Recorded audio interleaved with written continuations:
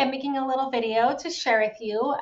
As you know, it is almost time for your parent conferences and your first progress report for the school year. So I want to make sure my goal today is that you really understand how to make meaning of your progress report and your progress in each of your classes and your grades, and also how to make meaning of your parent conference. For sixth graders, you may or may not be in your family conference. Seventh graders, you absolutely will be in your family conferences, and eighth graders, you're running your family conferences. So whatever year you are in, you should be prepared to understand and communicate to your parents and your teachers your successes in your classes and the areas where you still may have some growth or some goals.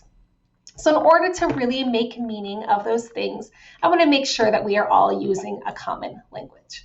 And I want to start with this slide here. I love this slide. Take a minute to look at it.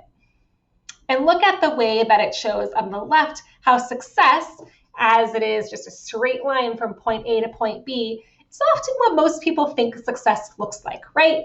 You wake up, you know a skill, you excel at it. Not exactly, right? We know success looks a lot more like this on the right.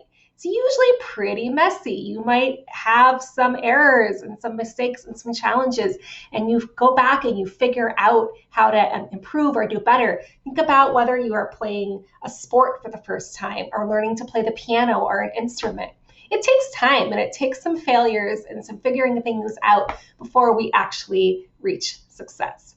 So with that in mind, our grading approach and the way that teachers are assessing your work here at LW, we hope mirrors this approach. We want to honor that we know success looks like this on the right and not like this on the left. So here at LW, we use some numbers to communicate your progress.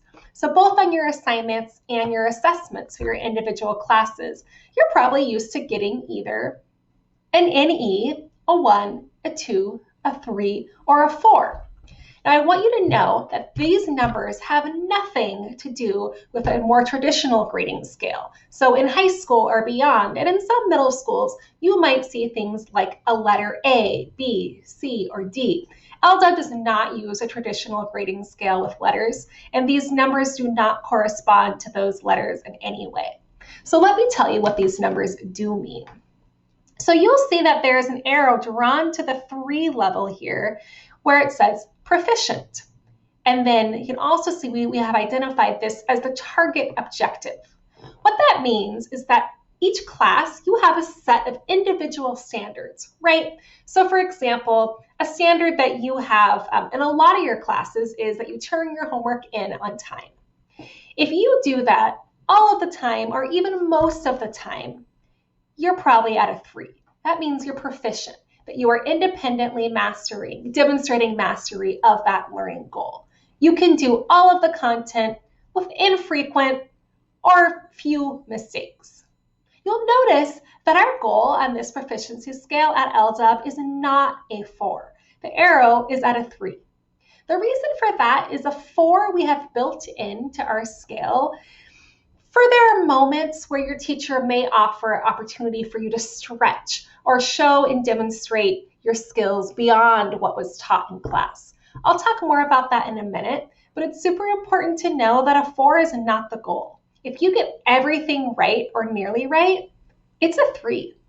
And with that in mind, a 2, the language we use is approaching proficiency, means you can do most of the content without help, or you can do most of the basic content, but you might still be struggling with some of the more complex content. A 1 is used when there is a skill that you are not quite demonstrating proficiency at yet. You can do some of the content. With help, you can do some of it, but this is a skill or a standard that you really are needing to think about reassessing or meeting with your teacher to get some more help on. And an NE stands for no evidence. And you're going to see that on an assignment or a test where you haven't turned it in or you have not completed it, meaning there is literally no evidence for the teacher to assess that standard at this time.